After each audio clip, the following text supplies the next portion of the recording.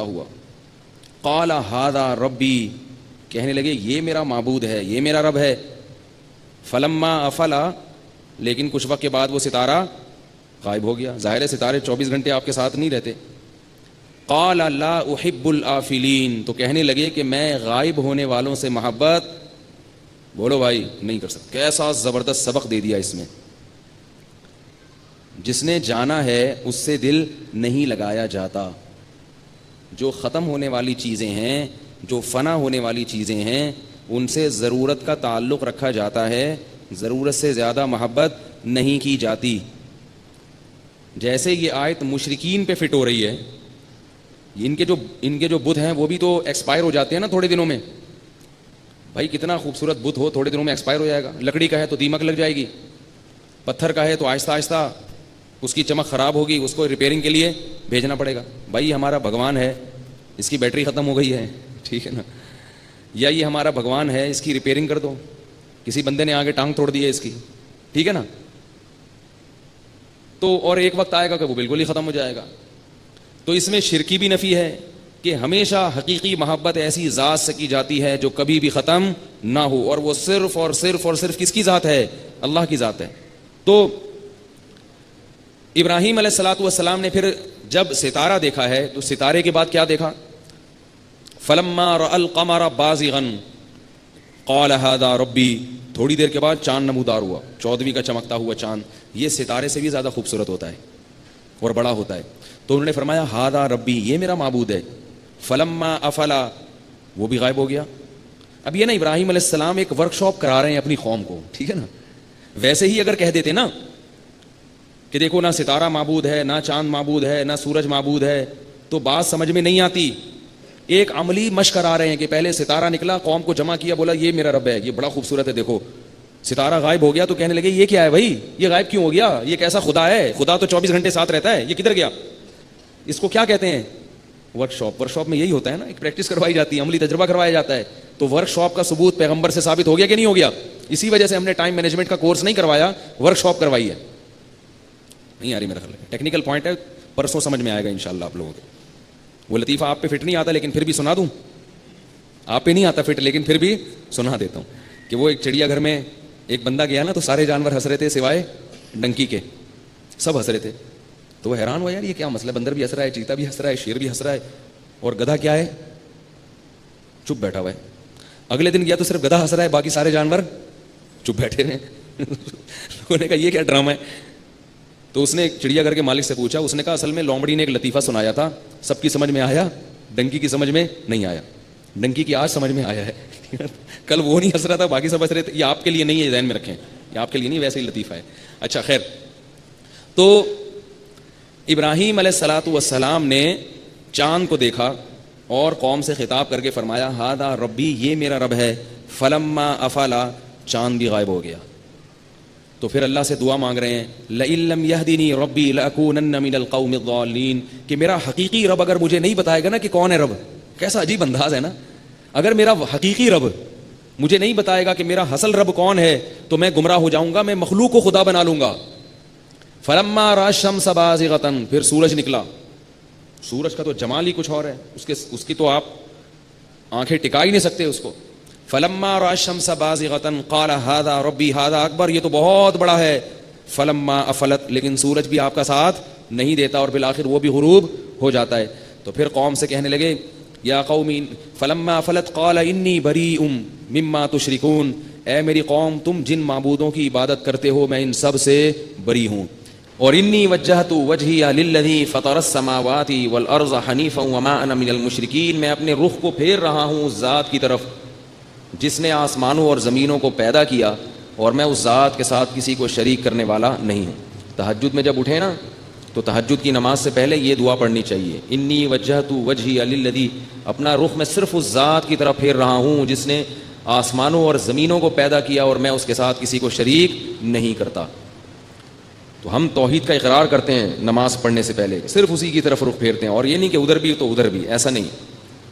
تو ابراہیم علیہ السلام نے اپنے والد کو بڑی محبت سے سمجھایا. ان کے والد جو تھے بت بنا کے بیچا کرتے تھے. اچھا یہ بات یاد رکھیں، علامہ جلال الدین سیوطی رحمہ اللہ تعالی ایک بہت بڑے محدث گزرے ہیں، انہوں نے یہ بات ذکر کی ہے، یہ دعویٰ کیا ہے کہ آزر جو تھے وہ حضرت ابراہیم کے والد نہیں تھے بلکہ چچا تھے۔ اسی سے بہت سے لوگ یہ استدلال کرتے ہیں، خاص طور پہ جو گرین چینل والے ہمارے بھائی ہیں، یہ لوگ کیا کہتے ہیں کہ ابراہیم علیہ السلام کے والد جہنم میں نہیں گئے، اور اسی طرح وہ یہ بھی دعویٰ کرتے ہیں کہ محمد صلی اللہ علیہ وسلم کے والدین بھی مسلمان، ابراہیم علیہ السلام کے والد بھی مسلمان، یعنی ان کا یہ دعویٰ ہے کہ پیغمبر کے والد مشرک نہیں ہو سکتے۔ اور دلیل یہ دیتے ہیں، یہ جو قرآن میں آتا ہے نا کہ ابراہیم علیہ السلام نے اپنے والد سے کہا، تو کہتے ہیں والد سے یہاں کیا مراد ہے؟ چچا، چچا کو بھی مجازن ابا کہہ دیا جاتا ہے۔ اور دلیل میں علامہ جلال الدین سیوطی رحمۃ اللہ علیہ کا حوالہ پیش کرتے ہیں کہ انہوں نے بہت ساری روایتیں ذکر کی ہیں اس پر، ان روایتوں میں یہ ثابت کیا ہے کہ آزر جو تھے وہ ابراہیم علیہ السلام کے والد نہیں بلکہ چچا تھے۔ تو مسئلہ یہ سمجھ لیں کہ یہ بات غلط ہے، آزر ابراہیم علیہ السلام کے والد ہی تھے، چچا نہیں تھے۔ رہا مسئلہ علامہ جلال الدین سیوطی کا، تو علامہ جلال الدین سیوطی ایک اکیلے ہیں جنہوں نے یہ لکھا ہے، باقی لاکھوں نے یہ نہیں لکھا، سب نے ان کو ابا ہی لکھا ہے۔ تو یہ دلیل کا جو ہے نا عجیب ٹیکنیکل اسٹائل ہوتا ہے آج کل، کہ ایک کا حوالہ دیا جا رہا ہے اور باقی جو ساری دنیا دوسری طرف جا رہی ہے اس سے چشم پوشی سے کام لیا جا رہا ہے۔ تو بھئی دنیا میں صرف ایک مفسر یا ایک محدث تو نہیں پیدا ہوئے نا، قرآن کی تفسیریں تو سینکڑوں تفسیریں ہوئی ہیں، درجنوں تفسیریں ہیں، کسی مفسر نے بھی یہ ثابت کرنے کی کوشش نہیں کی۔ دوسری بات یہ ہے کہ حافظ جلال الدین سیوطی نے جو روایتیں ذکر کی ہیں ان میں کوئی بھی صحیح روایت نہیں ہے، کوئی بھی صحیح روایت نہیں، بالکل قریب با موضوع ہیں، من گھڑت روایتیں ہیں۔ اور قرآن میں جو اللہ نے بار بار باپ کا لفظ استعمال کیا ہے حضرت یعنی ابراہیم کے والد کے لیے، تو قرآن کے لفظ کو اپنے ظاہر سے پھیرنا کمزور روایتوں کی بنیاد پر، یہ قرآن میں ایک نوعیت کی تحریف ہے، قرآن میں ایک نوعیت کی تحریف ہے۔ تو قرآن کے جو الفاظ ہیں نا وہ تو تواتر سے ثابت ہوتے ہیں، اس کو اگر ہم اس طرح سے قرآن کی آیتوں کو اپنے ظاہر سے ہٹانا شروع کر دیں پھر تو کہیں کا کچھ ہر آیت مشکوک ہو جائے گی، ہر آیت مشکوک ہو جائے گی۔ بالکل ایسے ہے جیسے یہ جو قرآن میں آتا ہے نا کہ ورفع ابویہ علی العرش، یوسف علیہ السلام کے والدین جب آئے تو ان کو تخت پہ بٹھایا اور بھائی سارے سجدے میں گر گئے۔ تو یہاں بعض لوگوں نے کہا ہے وہ ان کی جو والدہ تھیں وہ سوتیلی تھیں، یا بعض نے کہا وہ اصل میں خالہ تھیں، ان کو والدہ کہہ دیا گیا۔ بھائی کیوں خالہ تھیں، کیوں سوتیلی تھیں؟ جب قرآن کہہ رہا ہے کہ وہ والدین تھے تو والدین تھے نا بھائی۔ تو ایسے کمزور روایتوں کی بنیاد پر یہ میں اس لیے کہہ رہا ہوں کہ یہ اصول ہے، یہ قرآن مجید کی ایک ویلیو ہے، ایک اہمیت ہے۔ جب وہ کوئی لفظ کہتا ہے تو اس کا وہی مطلب ہے جب تک کہ اس کے خلاف کوئی مضبوط دلیل قائم نہ ہو۔ اور حافظ جلال الدین سیوطی رحمہ اللہ تعالی یقیناً محدث تھے، مگر ان کے بارے میں محدثین کا، متاخرین کا، جو بعد والے ہیں ان سے، ان کا اجماع ہے کہ وہ روایتیں پیش کرنے کے معاملے میں متساہل ہیں۔ متساہل سمجھتے ہو؟ ذرا کیا ہیں؟ چشم پوشی سے کام کہتے، جانے دو۔ تو اس لیے ان کی پیش کردہ روایتیں قابل اعتماد نہیں ہیں۔ یہ ہوتا ہے، بعض علماء بڑے چوٹی کے علماء گزرے ہیں مگر وہ روایات پیش کرنے میں زیادہ مضبوطی سے کام نہیں لیتے، حالانکہ وہ علم حدیث میں بڑے ماہر ہوتے ہیں۔ علامہ جلال الدین سیوطی کی کتاب ہے تدریب الراوی، جو مدارس میں پڑھائی جاتی ہے حدیث، اصول حدیث پر، وہ بڑے ماہر ہوتے ہیں، لیکن بس ان کا مزاج ہوتا ہے۔ اچھا، تو بات یہ چل رہی تھی کہ ابراہیم علیہ الصلوۃ والسلام نے اپنے والد کو بہت پیار سے سمجھایا، یا ابتی، اے میرے ابا، انی اخاف ان یمسک عذاب من الرحمن، رحمان کی طرف سے عذاب نہ آ جائے کہیں آپ کے اوپر، آپ رحمان کو چھوڑ کر ان کی عبادت کر رہے ہو۔ سورہ مریم میں پورا رکوع ہے اس پر، بہت سمجھایا مگر ابراہیم علیہ السلام کے والد تیار نہ ہوئے، دھمکیاں دینے پر آ گئے۔ لَأَرْجُمَنَّكَ وَاهْجُرْنِي مَلِيًّا، پتھروں سے مار مار کے ہلاک کر دوں گا میں تجھے۔ کیسی دھمکی! ایک طرف سے پھول برس رہے ہیں اور دوسری طرف سے پتھر مارنے کی دھمکیاں دی جا رہی ہیں۔ ایک طرف سے پھول برس رہے ہیں، یا ابتی، اے میرے پیارے ابا، اے میرے، پورا رکوع ہے، آپ جا کے پڑھیں سورہ مریم میں۔ لیکن جب دھمکی ملی ہے تو ہم ہوتے تو کیا کرتے؟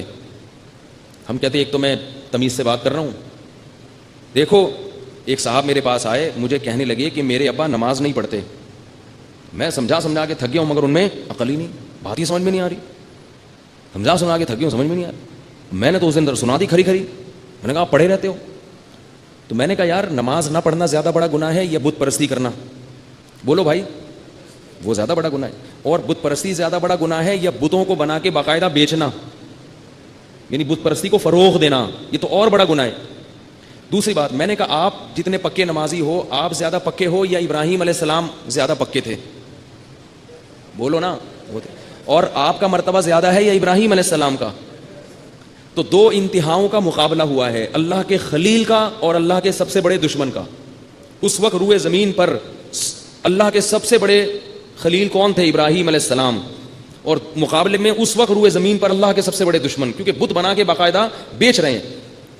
لیکن اس موقع پر بھی ابراہیم علیہ السلام نے ایک بھی سخت جملہ اپنے والد کے لیے استعمال نہیں کیا. اس میں جہاں بت پرستی کی مخالفت ہے وہاں باپ کا احترام بھی سکھایا ہے، وہاں باپ کا احترام بھی سکھایا. دوسری بات، بیٹا جب اپنے باپ سے کوئی مخالفت کرتا ہے کسی چیز کی تو اس میں بیٹے کی رائے میں غلطی کا امکان بھی تو ہوتا ہے نا. ہو سکتا ہے بیٹے کی رائے غلط ہو یا ابا کی رائے صحیح ہو. اور اگر مان لیا کہ بیٹے کی رائے صحیح ہے ابا کی غلط ہے تو یہ تو ہو سکتا ہے کہ ابا کو بیٹے کی رائے سمجھ میں نہ آ رہی ہو اور وہ اپنے آپ کو برحق سمجھ رہے ہوں. جب ہم میں سے کسی کا اپنے والد کے ساتھ جھگڑا ہو تو یہ بھی تو امکان ہے نا کہ بھائی ابا صحیح ہوں، اور یہ بھی امکان ہے کہ میں صحیح ہوں، لیکن وہ اتنا معاملہ پیچیدہ ہو کہ ابا اپنے آپ کو بیچارے صحیح سمجھ رہے ہوں. جبکہ ابراہیم علیہ السلام جو بات کر رہے تھے اس میں 100% ابراہیم علیہ السلام حق پر تھے اور ابا 100% غلطی پر تھے، اور سمجھ بھی رہے تھے کہ میں کس پر ہوں؟ غلطی پر، کیونکہ اتنا معاملہ پیچیدہ نہیں تھا کہ ان کو یہ سمجھ میں ہی نہ آئے کہ یہ بیٹا کیا کہہ رہا ہے. تو اتنی واضح بات میں بھی ابراہیم علیہ السلام نے سخت جملہ والد کے خلاف بولو نہیں نکالا. نرم نرم لہجہ سمجھا رہے ہیں، محبت سے سمجھا رہے ہیں اور آگے سے دھمکیاں آنا شروع ہو گئیں. جبکہ ہم میں سے کسی کا اپنے باپ سے جھگڑا ہو تو معاملہ اتنا واضح نہیں ہوتا. ممکن ہے ہم غلطی پر ہوں، وہ کس پر ہوں؟ صحیح پر. ایسے موقع پہ بدتمیزی کرنا کتنا بڑا جرم ہوگا باپ کے ساتھ. بولو بھائی یہاں کیا کرنے آئے ہیں بھائی آپ لوگ؟ بتائیں نا. سیکھنے آئے ہیں نا.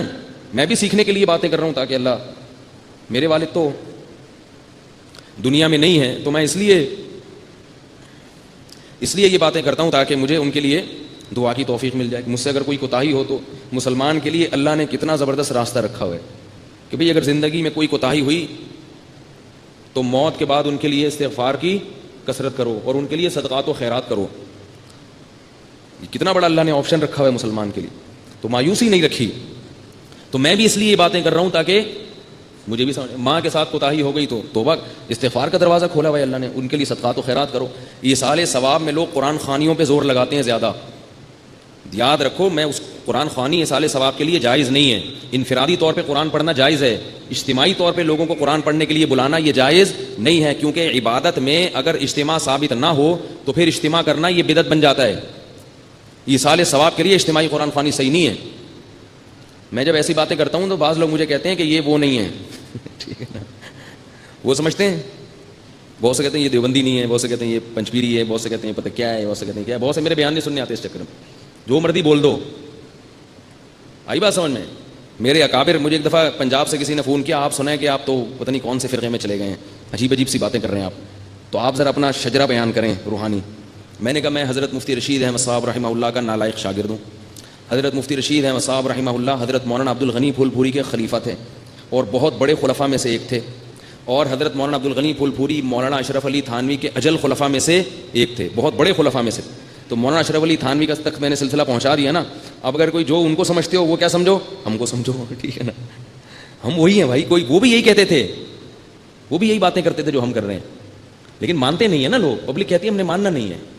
تو اجتماعی انہوں نے وصیت کی تھی مولانا اشرف علی تھانوی نے کہ میرے مرنے کے بعد اجتماعی قرآن خوانی نہ کی جائے. ان کے مواعظ میں لکھا ہوا ہے، وصیت کر کے گئے تھے میرے مرنے کے بعد میرے ایصال ثواب کے لیے اجتماعی قرآن خوانی نہ کی جائے. آئیے بات سمجھ میں کہ نہیں آئیے؟ انہوں نے وصیت کی تھی تو وہی بات ہم بھی کر رہے ہیں. تو اجتماعی طور پہ نہ کی جائے. کہاں سے کیا بات چل رہی تھی یار، کدھر چلی گئی؟ وہ تو ابراہیم علیہ السلام کو تو چل رہا تھا. یہ میں کیا ہاں میں کہہ رہا تھا ایصال ثواب اگر کرنا ہے تو انفرادی عبادت کرو، اور جو چیز منسوس ہے نا حدیث میں اس کو کیوں فالو نہیں کرتے؟ حدیث میں صدقات و خیرات کا ذکر ہے، اس پہ زیادہ زور لگاؤ، دیگوں پہ نہیں. دیگ الگ چیز ہے، صدقات و خیرات الگ چیز ہے. دیگیں ہوتی ہیں شادی بیاہ میں، ولیموں میں، خوشی میں. میتوں پہ دیگیں نہیں ہوتی. صدقہ کرو، صدقہ چپکے سے اپنی ماں کے اپنے باپ کے ثواب کے لیے کسی غریب کو پیسے پکڑا دیا کرو، کسی مدرسے میں دے دیے، مسجد میں لگا دیے، کنواں کھدوا دیا. پیسے خرچ کرنے کے لیے تیار نہیں ہے آج کا مسلمان. روکڑا خرچ کرنے کے لیے قائد اعظم سے ویسے بڑی محبت ہے، ٹھیک ہے نا, لیکن قائد اعظم خرچ کرنے کے لیے تیار نہیں ہے کہ جس نوٹ پہ قائد اعظم بنے ہوئے ہیں اتنی محبت ہے, کہتے ہیں یہ ہم اپنے سینے سے قائد اعظم کو لگا کے رکھیں گے. تو قائد اعظم نے یہ تھوڑی کہا تھا کہ مجھے سینے سے لگا کے رکھو, قائد اعظم نے بھی تو یہ کہا تھا نا قوم کی خدمت کرو, تو بھائی کرو نا خدمت. تو کیا کہہ رہا تھا میں, والدین کی جو ہے نا اگر کوتاہی ہو گئی ہے تو تلافی ہو سکتی ہے, لیکن اگر زندہ ہیں تو پھر اللہ نے ان کے ساتھ کیسا سلوک کرنا ہے اس کا طریقہ ابراہیم علیہ السلام کے اس واقعے میں بتا دیا کہ اتنے نیک آدمی ایک طرف اور اس کے مقابلے میں اللہ کے اتنے بڑے دشمن, لیکن چونکہ اس وقت دنیا میں کون ہے, باپ اور بیٹے کا رشتہ ہے, تو اب بیٹا باپ کے سامنے اونچی آواز سے بات نہیں کر سکتا, تو اپنے باپ کا احترام کیا کرو اللہ کے بندے. ایک شخص آیا میرے پاس پہلے, یار میرے ابا بوڑھے ہو گئے ہیں, عجیب الٹی الٹی باتیں کرتے ہیں, گالیاں بھی دینا شروع کر دیتے ہیں, اتنی بری بری گالیاں والدہ کو دیتے ہیں, مجھے بھی دیتے ہیں, یہ کرتے ہیں وہ کرتے ہیں. کیا میں نے کہا بھائی اتنے بڑے ہو گئے, ابا کی عمر کتنی ہے, کہہ رہے 60 سال. میں نے کہا کتنی زندگی رہ گئی ہے, برداشت کر لو یار, اب ان کو سیدھا کرنے کی کوشش کرو گے 60 سال میں. میں نے کہا دے دیتے ہیں تو اب چھوڑ دو. کہہ رہی ہیں تو بری بات ہے. میں نے کہا بری ہے, لیکن اب آپ اس کو صحیح نہیں کر سکتے. ہاں ابا کے ابا زندہ ہوتے نا, وہ آتے میرے پاس, یعنی آپ کے دادا آتے, بولتے میرا 60 سال کا بیٹا ایسے, میں ان کو کہتا لگاؤ ذرا جا کے جانا. دادا زندہ ہوتے, اس لیے کہتا ہوں جلدی شادیاں کرو اللہ کے بندو, دادا بن جائے کرو جلدی عمر میں. دادا کا اپنا مزہ ہے, خدا کی قسم, باپ بننے کا وہ مزہ نہیں جو دادا کا مزہ ہے. باپ بننے میں نقصان ہے, خود پالنا پڑتا ہے بچہ, اور دادا بننے میں فائدہ ہے کہ بچہ آپ کا ہے, پالے گا کون, اس کا باپ پالے گا. فری کے مزے ہیں دادا کے. بچوں سے دادا کو جتنی محبت ہوتی ہے باپ کو تھوڑی ہوتی ہے. نانا کو, دادا کو جو اپنے نواسوں سے پوتوں سے محبت ہوتی ہے وہ باپ کو نہیں ہو سکتی. تو دادا اور نانا کی آنکھوں کی ٹھنڈک ہے, گوروں کے پاس یہ چیزیں نہیں ہیں. وہ ان کی عورتیں, بوڑھی عورتیں گڑیاؤں سے کھیلتی ہیں, گڑیاؤں سے, کتوں سے کھیلتی ہیں. ہمارے ہاں ماشاءاللہ ہمارے نانا تھے, اتنے سارے پوتے نواسے ان کی گود میں آگے بیٹھتے تھے, ایسے خوش ہوتے تھے. اور جہاں کسی بچے نے پیشاب کیا فوراً پکڑا دیا, یہ لو اس کو. اب دیکھو ذمہ داری نہیں لیتے دادا نانا, کہتے پیشاب کیا اس کو, بیٹے کو پکڑا دیا, چل بے اس کو لے کے جا, بیمار ہو گیا چل بے اس کو ہاسپٹل لے کے جا. تو دادا کو فری کے مزے ملتے ہیں, تو اس لیے جلدی جلدی دادا بن جاؤ. آپ کوشش کرو گے کہ نہیں کرو گے؟ تبلیغ والے کہتے ہیں نا نام لکھواؤ سروزے کے لیے, تو میں بھی نام لکھوا رہا ہوں. کون کون ہے بھائی جو جلدی جلدی سے دادا اور نانا بننے کی, اور خواتین کے لیے بھی ہے, جلدی سے نانی بن جائیں, جلدی سے دادی بن جائیں. نانی کی بھی کیا زندگی ہوتی ہے. ہمیں اپنی دادی یاد ہے کیا, ماشاءاللہ اللہ نے ان کو حکومت دی تھی ہمارے گھر پہ, مصلے پہ بیٹھی رہتی تھیں, ریموٹ کنٹرول ہاتھ میں تھا, بس جو آ رہا ہے دیکھ رہی ہیں, کون آ رہا ہے, کہاں سے آ رہا ہے, کدھر جا رہا ہے. دادی کا کام تو کوئی ہوتا نہیں ہے, ٹھیک ہے نا, صحت اچھی تھی, بس ہر وقت ٹریس کرتی تھیں, جو بھی گیٹ سے آیا کہاں سے آ رہا ہے. اب سنتی اونچا تھی, ہم ان کو چیخ کے بولتے تھے وہاں سے آ رہا ہوں. تو پھر میں نے حل تلاش کیا, میں نے کہا یار جب بھی کمرے میں داخل ہو دادی کو اطلاع دینی پڑتی ہے, نکلتے ہوئے بھی دینی پڑتی ہے, اور سنتی بھی اونچا ہے. ہم کرالنگ کر کے جاتے تھے, پھر دادی کا تخت تھا اس کے پیچھے سے کرالنگ کر کے نا ایسے چو, بڑے مزے تھے بھائی اس کے. خدا کی قسم جس گھر میں بوڑھا نہیں ہے وہ گھر نہیں ہے. تمہیں فیملی پلاننگ والوں نے تباہ کر دیا ہے, تمہارے فیملی سسٹم کو برباد کر دیا ہے. گھر جو ہے یہ جھونپڑیوں سے, گھر جو ہے یہ ٹائلوں سے اور فانوسوں سے نہیں بنتا, گھر افراد سے بنتا ہے. گھر میں افراد ہونے چاہیے, تبھی رمضان کا بھی مزہ ہے, تبھی عید کا بھی مزہ ہے, تبھی شادی بیاہ کا بھی مزہ ہے, تبھی غم کا بھی مزہ ہے. غم میں بھی سب شریک ہو جاتے ہیں. کہاں تمہیں یہودی لے کے جا رہا ہے, 2 بچے ہی اچھے, 2 بچے ہی اچھے, کدھر کو تم جا رہے ہو, اور دیر سے نکاح کر رہے ہو, نہ دادا بن رہے ہو نہ نانا بن رہے ہو. تو وہ بندہ آیا نا, میرے ابا صحیح نہیں چل رہے, تو میں نے کہا آپ کے, میرا دل چاہ کے میں اس کو بولوں کہ دادا ہوتے نا تو وہ آتے تو میں شکا. اب ابا کو کیا کر سکتے ہو بھائی, ابا کے لیے دعا کرو محبت سے, پیار محبت سے, جیسے ابراہیم علیہ السلام نے سمجھایا اسی طرح نصیحت. تو ماں کا بھی یہی معاملہ ہے, ماں کا بھی یہی ہے. ماں سے بھی آپ کو بدتمیزی کی اجازت نہیں ہے, ماں سے بھی بدتمیزی کی اجازت نہیں ہے. تو اور اخلاق کے معاملے میں ماں کا حق اللہ نے باپ سے 3 گنا زیادہ رکھا ہے. یہ بات یاد رکھیں کہ تعظیم شریعت میں باپ کی زیادہ ہے, تعظیم. اور نرم لہجے سے بات کرنے میں ماں کے ساتھ اخلاق کی ویلیو زیادہ ہے. تعظیم کا مطلب علماء یہ بتاتے ہیں کہ جیسے آپ بیٹھے ہوئے ہیں, آپ کی والدہ آئیں, آپ احترام میں کھڑے نہیں ہوئے, غلط ہے, لیکن اتنا غلط نہیں ہے. باپ آیا, احترام میں کھڑے نہیں ہوئے, تو یہ زیادہ غلط ہے.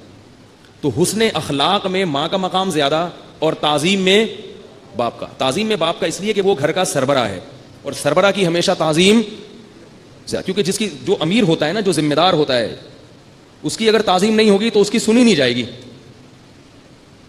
نہیں آئی بات سمجھ میں؟ اس کی اگر تعظیم نہیں ہوگی تو پھر اس کی اطاعت نہیں ہوگی. اطاعت کے لیے ضروری ہے کہ آپ کے دل میں اس کا احترام زیادہ ہو, ورنہ اطاعت نہیں ہوگی. تو سارا نظام ہمارا تل پٹ ہو گیا ہے, پتہ ہی نہیں چلتا گھر کے سربراہ اماں ہیں کہ ابا ہیں, بھائی ہے یا چچا ہے. بعض دفعہ ابا اماں کو پتہ نہیں ہوتا, ایک خلیفہ بن کے بیٹھا ہوا ہوتا ہے گھر میں, ٹھیک ہے نا, ایک بھائی. تو جو ابا ہیں وہ اپنے آپ کو گھر کا سربراہ سمجھیں, اور باقی لوگ باور کرائیں کہ آپ ہمارے کیا ہیں؟ سربراہ ہیں. ابا کسی کو خلافت دے دیں تو ایک الگ بات ہے. بعض دفعہ ابا کہتے ہیں یہ والا جو بیٹا ہے نا میرا، اسی سے پوچھو. ہمارے محلے میں پڑوس میں ایک صاحب رہا کرتے تھے، ان کے ماشاءاللہ بچے بہت تھے، اللہ نے بڑی اولاد دی ان کو. تو جب وہ بچے بڑے ہو گئے، گھر بڑا ہو گیا ان کا، تو اب انہوں نے سارے کام تقسیم کیے ہوئے تھے. تو وہ بتاتے تھے یہ وزیر خزانہ ہے، یہ وزیر اطلاعات و نشریات ہے. ایک بیٹے کو نا کہتے تھے کوئی بھی گھر میں شادی بیاہ غم ہو تو اطلاع کون دے گا؟ یہ وزیر اطلاعات و نشریات، یہ وزیر خزانہ ہے. ایسے سارے وزارتیں انہوں نے بانٹی ہوئی تھی. خود پیڑے کھا رہے تھے بیٹھ کے. خود کیا کر رہے تھے؟ پیڑے کھا رہے تھے بیٹھ کے. تو ابراہیم علیہ الصلاۃ والسلام نے سمجھایا نہیں مانے. باپ نے بالآخر کیا کہا؟ لأرجمنک، پتھروں سے مار کے ہلاک کر دوں گا. تو ابراہیم علیہ السلام نے کیا کہا؟ سلام علیک. اتنی بڑی دھمکی بھائی، قتل نہیں، پتھر سے مار کے، پتھروں سے اتنی بڑی دھمکی. اللہ کے خلیل ہیں، ذرا بھی تو تکبر نہیں کر رہے کہ اے میرے ابا آپ کو پتہ نہیں میں کون ہوں، میرا کیا مقام ہے؟ کچھ بھی نہیں. کہہ رہے ہیں سلام علیک، آپ پر سلامتی ہو. ساستغفر لک ربی. دنیا میں تو مایوس ہو گیا لیکن آخر سے مایوس نہیں ہوا. اللہ سے میں آپ کے لیے مغفرت کی دعا کرتا رہوں گا. انہ کان بی حفیہ، وہ آپ پر مہربان نہ ہو، مجھ پر تو مہربان ہے نا، تو مجھ پر مہربانی کی وجہ سے آپ کی مغفرت کر دے گا. اس سے ایک اور مسئلہ حل ہو گیا ایصال ثواب کا. بعض لوگ یہ کہتے ہیں کہ قرآن میں آتا ہے عمل الانسان ما تمنا، انسان کو وہی کچھ ملے گا جو وہ خود کرتا ہے، لہذا آپ کسی اور کے لیے کوئی نیکی کا کام نہیں کر سکتے، عمرہ نہیں کر سکتے، یہ نہیں کر سکتے، وہ نہیں کر سکتے. جو کرو گے اس کا ثواب آپ کو ملے گا، دوسرے کو آپ کے عمل کا ثواب نہیں ملے گا. اس کا علماء نے جواب دیا ہے کہ آپ کو آپ کے عمل کا ثواب ملے گا نا، یہ تو ثابت ہو گیا نا. تو آپ جو چاہ رہے ہو اپنے عمل سے وہ کس کو ملے گا؟ آپ کو. تو جب آپ یہ چاہ رہے ہو کہ اس کا ثواب فلاں کو مل جائے تو آپ کو ملنا جب ہی ہوگا جب اس کو مل جائے. نہیں آئی بات؟ اس کی مثال ایسے ہے جیسے کوئی میرے پاس آتا ہے اور مجھے کہتا ہے آپ جو چاہو گے وہ میں کروں گا، لیکن اس کی میں نہیں مانوں گا ایک بھی. لیکن آپ جو کہو گے نا وہ میں کروں گا. لیکن جو غفار بھائی ہے نا مجھے پسند نہیں ہے، وہ اس کی میں نہیں مانوں گا. تو میں کہتا ہوں کہ میری مانو گے؟ آپ کہتے ہیں ہاں آپ کی مانوں گا. میں کہتا ہوں پھر ایک بات اس کی مان لو، یہ والی. آئی بات سمجھ میں؟ اگر میری مانتے ہو نا تو میرا یہ آرڈر ہے کہ یہ والی بات اس کی مان لو. تو یہی فلسفہ ابراہیم علیہ السلام نے پیش کیا. تو اسی وجہ سے قرآن جو کہہ رہا ہے نا کہ انسان کو وہی ملے گا جو وہ کر رہا ہے. تو ہم یہ کر رہے ہیں کہ اللہ ہم چاہ رہے ہیں کہ اللہ یہ ہمارے ابا کو اس کا ثواب مل جائے، تو ہم جو کر رہے ہیں ہمیں وہ ملے گا نا. تو ہمارا ملنا کیا ہے کہ ہمارے ابا کو مل جائے. لیکن پھر بتا دوں ایصال ثواب میں جو منصوص ہے وہ کیا ہے؟ صدقات و خیرات. صدقہ خیرات پر زیادہ زور لگایا کرو. خیر، تو ابراہیم علیہ السلام نے کیا کہا کہ آپ پر مہربان نہیں ہے لیکن مجھ پر تو ہے. تو میں اللہ کے جو مجھ پہ رحمتیں ہیں وہ میں آپ کے حق میں کیش کراؤں گا. لیکن اللہ نے پھر قاعدہ بیان کر دیا کہ یہ صرف مسلمان کے حق میں تو ہو سکتا ہے، مشرک کے حق میں یہ قاعدہ نہیں ہے. ہم پر جو اللہ کی رحمتیں ہیں وہ رحمتیں ہم کسی دوسرے مسلمان کے حق میں تو کیش کرا سکتے ہیں، غیر مسلم کے حق میں کیش نہیں کرا سکتے. جیسے کوئی مسلمان ہے جس کو عذاب قبر ہو رہا ہو اور وہ بخشش کے لائق نہیں ہے، لیکن اگر اس کے لواحقین میں کوئی اس کے لیے خوب مغفرت کی دعا کرے، کوئی نیک پرہیزگار آدمی، تو اللہ کو اس پہ ترس تو نہیں آ رہا لیکن اس پہ تو ترس آئے گا نا. تو اللہ اس کی وجہ سے اس کی مغفرت کر دیتے ہیں. یہ تو ثابت ہے حدیث سے. مسلمان بالآخر ایک نہ ایک دن جہنم کی آگ سے نکلیں گے، اپنی حرکتوں کی وجہ سے تھوڑی نکلیں گے. وہ کیوں نکلیں گے؟ نبی صلی اللہ علیہ وسلم سفارش کریں گے. تو اللہ کو اپنے حبیب سے محبت ہے تو ان کی محبت کی وجہ سے جو جہنم میں جائیں گے ان کا بھی کیا ہو جائے گا؟ بیڑا پار ہو جائے گا. اب اس سے آپ لوگ خوش ہو رہے ہوں گے چلو نکل جائیں گے تو چلے جائیں جہنم میں. تو جہنم میں تھوڑے دن بھی، وہاں کا تھوڑا بھی بہت ہے بھائی. پاگل جیسے کہتے ہیں نا، تھوڑا بھی بہت ہوتا ہے، کہتے ہیں نا. وہ ایک آدمی ہے نا، اس نے کہا یہ تھوڑا سا پاگل ہے، اس نے کہا یہ تھوڑا سا نہیں ہے، جو تھوڑا سا ہے وہ بہت پاگل ہے، کبھی بھی کچھ کر سکتا ہے. جہنم کی آگ بڑی سخت ہے اور اس کی تھوڑی مدت بھی بہت زیادہ ہے، اس لیے دور رہنا چاہیے. تو اللہ نے ایک رحمت رکھی ہے کہ بالآخر ایمان والے توحید پرست ایک نہ ایک دن نکل جائیں گے. لیکن جو مشرک ہے چاہے وہ نبی کے نام پہ کچھ بھی کر لے وہ جہنم کی آگ سے نہیں نکلے گا. یہ اللہ کا فیصلہ ہے. تو ابراہیم علیہ الصلاۃ والسلام نے جب دھمکی ملی ہے تو کیا فرمایا؟ ساستغفر لک ربی انہ کان بی حفیہ، میرا رب مجھ پر مہربان ہے تو میں آپ کے لیے مغفرت کی دعا کروں گا. اب ابراہیم علیہ السلام نے چونکہ اللہ سے باپ سے وعدہ کیا تھا تو مغفرت کی دعا مانگ لی. اللہ نے پھر کیا کر دی؟ پابندی لگا دی کہ مشرک کے لیے آپ کو مغفرت کی دعا کی اجازت نہیں ہے. لیکن پھر ایک اور سبق ملتا ہے کہ باپ نے پھر ابراہیم علیہ السلام سے کہا وہجرنی ملیہ، مجھے چھوڑ دو. پھر ابراہیم علیہ السلام نے اس قوم کو چھوڑ کر ہجرت کی ہے کیونکہ وہاں رہنا ابراہیم علیہ السلام کے لیے ممکن نہیں تھا. اس سے یہ پتہ چلتا ہے کہ باپ میں اور بیٹے میں بہت زیادہ اختلافات اگر ہو رہے ہوں اور اتنی نوعیت کے ہو گئے ہوں کہ باپ تو دین پہ نہیں آ رہا لیکن اس گھر میں رہ کر بیٹے کے لیے اپنا دین بچانا مشکل ہو گیا ہے, تو پھر بیٹے کو چاہیے کہ وہ گھر چھوڑ دے لیکن باپ سے حتی الامکان رابطہ رکھے. ہمارے پاس ایسے کیس آتے ہیں بنتی نہیں, تو ہم پھر کہتے ہیں بھائی الگ ہو جاؤ, کیونکہ آپس میں اتنا ایک دوسرے کا سر پھٹولنا برداشت, ابراہیم علیہ السلام جیسی برداشت بھی تو نہیں ہے نا. تو بڑی مصیبت سے بچنے کے لیے کیا کہا جاتا ہے, چھوٹی مصیبت کو اختیار کرو. بعض دفعہ باپ بیٹوں میں ایسی چپکلش ہوتی ہے کہ وہ جو ہے نا وہ بنتی نہیں ہے, اور بعض دفعہ باپ کی طرف سے بھی بڑی زیادتی ہوتی ہے. وہ بات پہ بیٹے کو تانا دینا, بلا وجہ اس کو ٹارچر کرنا, اس کے ہر اچھے کام میں بھی عیب نکالنا. تو پھر وہ توقع یہ رکھتے ہیں بیٹے سے کہ بیٹا جو ہے نا وہ ویسے ہی چلے جیسے ابراہیم علیہ السلام چل رہے تھے. چلنا تو ویسے ہی چاہیے, ہمارے پاس آئے گا ہم تو یہی کہیں گے بھائی جیسا مرضی باپ ظلم کر رہا ہے برداشت کرو. لیکن ماحول ایسا ہے کہ آج کل لوگوں میں قوت برداشت ختم ہو گئی, اس لیے ہم باپوں کو بھی کہتے ہیں کہ بھائی ذرا ہاتھ ہلکا رکھو, کیا کرو, ذرا محبت سے پیش آؤ, تھوڑا سا برداشت والی پالیسی اختیار کرو. تمہارا ہی بچہ ہے, بھاگ جائے گا تو کہاں سے لے کر آؤ گے؟ ایک تو ہوتے ہی ایک دو ہیں آج کل, وہ بھی بھاگ گیا, ٹھیک ہے نا, مسئلہ خراب نہیں ہو جائے گا. تو اس لیے ایسا نہ ہو کہ کوئی ابا یہاں بیٹھے ہوں تو ابراہیم علیہ السلام کا واقعہ سن کے اب جا کے بیٹے کو دھمکیاں دینا شروع کریں, تجھے تو پتھروں سے مال کے ہرا کروں گا, تو نکل یہاں سے. تو وہ نتیجہ یہ نکلے گا کہ وہ بہت مشکل ہے کہ اس زمانے میں چل پڑے. تو تھوڑا سا کمپرومائز بولو نا بھائی کرنا چاہیے. گھر جوڑنے کے لیے تھوڑا سا ابا کو بھی ہاتھ ہلکا رکھنا چاہیے. ایک صاحب نے کیا کیا, کھلے عام اپنے بیٹے کو جا کے نا سب دوستوں کے سامنے کھینچ کے تھپڑ لگایا. وہ بیٹا اکڑ گیا, وہ میں یوں کر دوں گا, ابا نے میری بےزتی کی ہے. تو ہم نے بیٹے کو سمجھایا بھائی آپ غلط کر رہے ہو, ابا نے اگر مار دیا کوئی بات نہیں یار برداشت کر لو. لیکن ہمیں یہ احساس ہوا کہ اس زمانے میں باپ کو ایسا نہیں کرنا. جوان بیٹے کو سب کے سامنے مارنا, اس سے بیٹا باغی ہو جاتا ہے, اس لیے مناسب نہیں ہے. ہاں بعض اہل ظرف ہوتے ہیں بیٹوں میں جو سب کے سامنے بھی مار کھا لیتے ہیں. ہمارے قریبی رشتہ دار ہیں, کیپٹن بن گئے تھے, وہ دوستوں میں بیٹھے ہوئے تھے, ان کے ابا نے آ کے بھری محفل میں زور سے ایک تھپڑ لگایا ہوں دوستوں کے سامنے. ایک لفظ انہوں نے زبان سے نہیں نکالا, دو آنسو ٹپکے, کچھ بھی نہیں کہا. کیوں نہیں کہا کہ بھائی باپ ہے یار, ورنہ آج جوان آدمی کتنی بے عزتی محسوس کرتا ہے نا اس میں. تو اس لیے بھائی باپوں کا احترام سیکھو, اس سے اللہ دنیا بھی سنوارے گا اور آخرت. ماں کا بھی احترام اور باپ کا بھی احترام. ماں باپ کی خدمت کرنے سے آخرت بعد میں ملتی ہے, دنیا پہلے ملتی ہے. حدیث سے ثابت ہے یہ, دنیا بھی سنور جاتی ہے. اور جس نے اپنی ماں کو ستایا یا باپ کو ستایا, یہ لکھ کے لے لو, اللہ اس کو دنیا میں بھی پنپنے نہیں دیتے, زندگی برباد ہو جاتی ہے, اس کی سکون چھن جاتا ہے اس کی زندگی. اس لیے بڑا بہت اہم مسئلہ ہے, قرآن نے بڑے اہتمام سے بیان کیا ہے اس کو پلے باندھ لو اپنے. اور اگر کبھی غلطی ہو جائے تو وہ استغفار کر لو اللہ تعالیٰ سے, صحیح ہے نا. تو جلدی سے میں واقعہ مکمل کرتا ہوں. تو پھر کیا ہوا کہ ابراہیم علیہ السلام جو تھے وہ قوم کو بولتے رہتے تھے یہ بتوں کی عبادت چھوڑ دو, برے ہیں یہ کیا کر سکتے ہیں. ایک دن کیا ہوا کہ اس قوم نے کہیں, ان کا کوئی عید تھی جس میں وہ ساری قوم نے کہیں جانا تھا, تو انہوں نے ابراہیم علیہ السلام کو بھی کہا کہ چلو. اب ابراہیم علیہ السلام اگر نہیں جاتے تو بڑا مسئلہ تھا. یہ ایسا ہی ہے جیسے آپ کے رشتہ داروں کی شادی ہو رہی ہے, مکس گیدرنگ ہے, گانے بجانے ہیں, اور آپ نہیں جائیں اس میں, تو کتنی مصیبت ہے. لیکن جانا جائز نہیں ہے. ابراہیم علیہ السلام نے سوچا کہ ایک تو یہ غلط جگہ پہ جا رہے ہیں, دوسرا یہ ہے کہ مجھے موقع مل جائے گا پیچھے کام کرنے کا. تو انہوں نے یہ بہانہ بنایا, انی سقیم, میں کیا ہوں, بیمار ہوں. فنظر نظرۃ فی النجوم, ستاروں کی طرف دیکھا اور کہا کہ میں بیمار ہوں. ستاروں میں کچھ بھی نہیں ہے, بیماری سے کوئی تعلق نہیں, لیکن ان لوگوں کو یقین دلانے کے لیے نا, وہ ستاروں پہ ایمان رکھتے تھے, اور کہا کہ میں کیا ہوں, بیمار. یہ جھوٹ نہیں تھا, اس لیے کہ میں گویا روحانی طور پہ بیمار ہوں, تمہاری ان برائیوں کو دیکھ دیکھ کے ذہنی طور پر ڈسٹرب ہوں میں, تو یہ جھوٹ نہیں تھا. تو اس ایسا گول مول توریہ کرنا نا مشکل کے موقع پہ جائز ہے.